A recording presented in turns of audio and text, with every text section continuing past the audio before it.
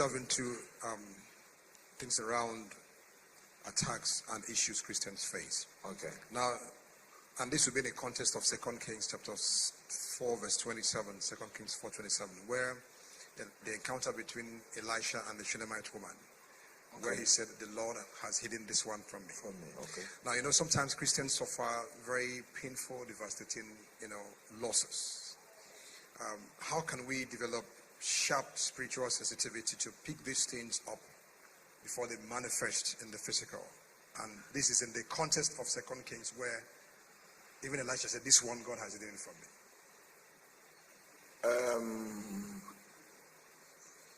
And this is the protocol. If you are someone there are three kinds of people that Satan cannot master. One, the people that pray for long hours. Two, the people that pray intermittently. He's praying now, then he stops. Then he picks it up again, then he stops. Then he picks it up again, then he stops.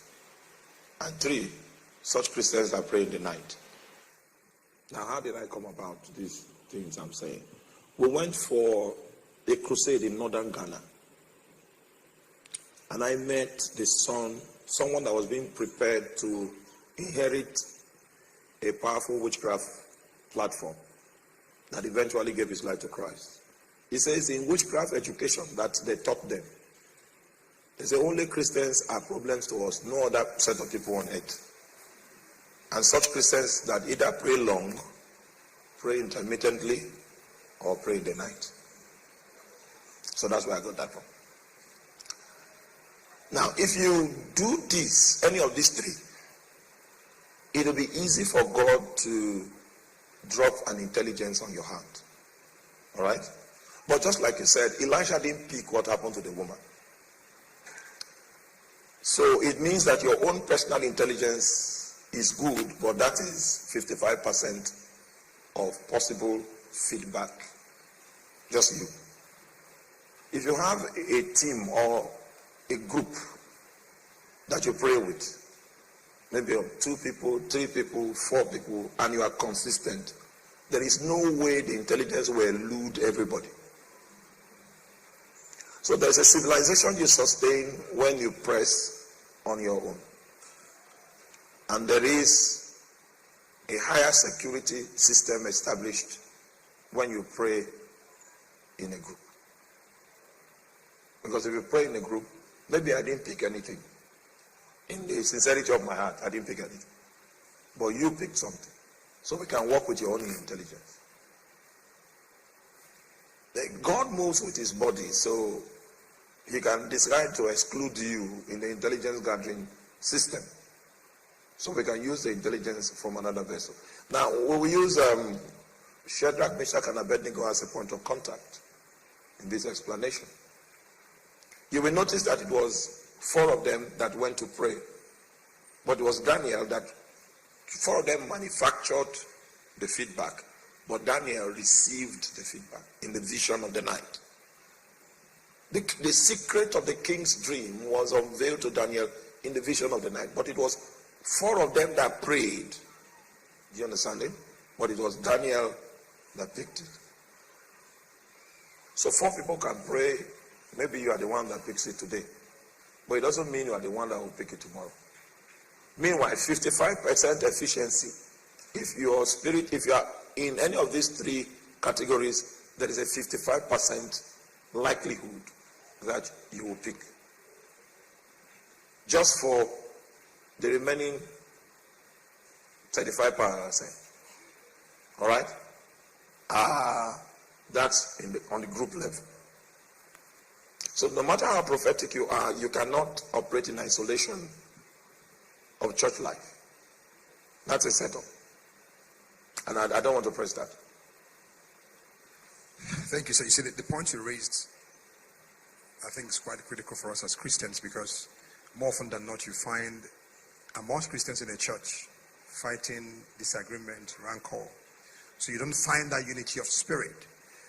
We're not saying the whole congregation. They're just I'm getting it. It just passes on.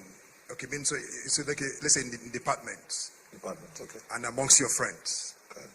So there's a need to keep around you those who are Spiritually alive. who are spiritually alive. Not just believers. We're talking of spiritually alive people. So I have those kind of people in my life. I have like 1, 2, 3, 4 people around. You can't work with too many people, all right? So in that conclave, all the people are spiritually alive, and anyone whatsoever can pick it. Can pick. Can pick. This model, of course, also goes to a church, right? Because that was what I was getting into. Okay. How that impacts a church, where in a church, maybe the pastor didn't pick something. It's not compulsory that the pastor will pick. It's not even compulsory that the pastorate will pick it. But and we will not even believe you that you picked anything, except there is evidence to show that you are a prayer person. You have committed yourself to that kind of service. Then we can now believe what you say you are picking. We can take it seriously. If you are not, like who went to Scotland the other time, and a lady that claimed to be a prophet was trying to dissociate the prophetic ministry from the intercessory ministry.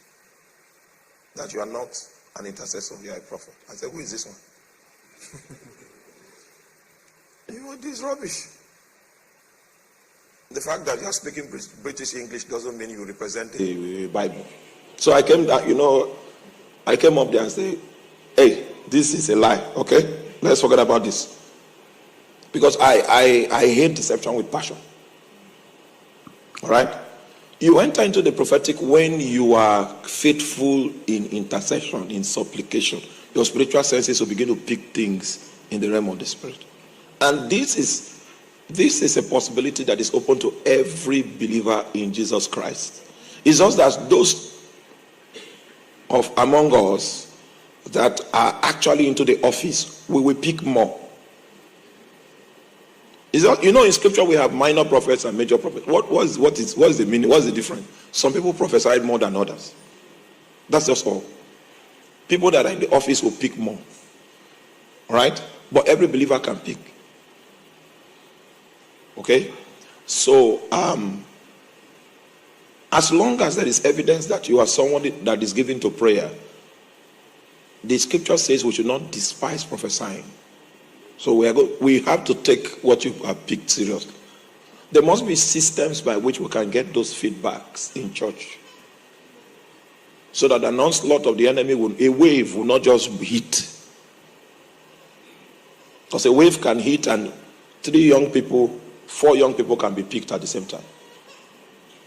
But if we have systems of burning lamps in place, there is no way that can happen. Even if someone is captured, we can release the person. The church is a powerful infrastructure that God uses to implement his purposes. So there are defense systems that are built in the body, the defense systems that are built in church life. And these defense systems operate in the lives of such people that are alive in the spirit. Thank you, sir. Let me not dwell further on that. Let me add this.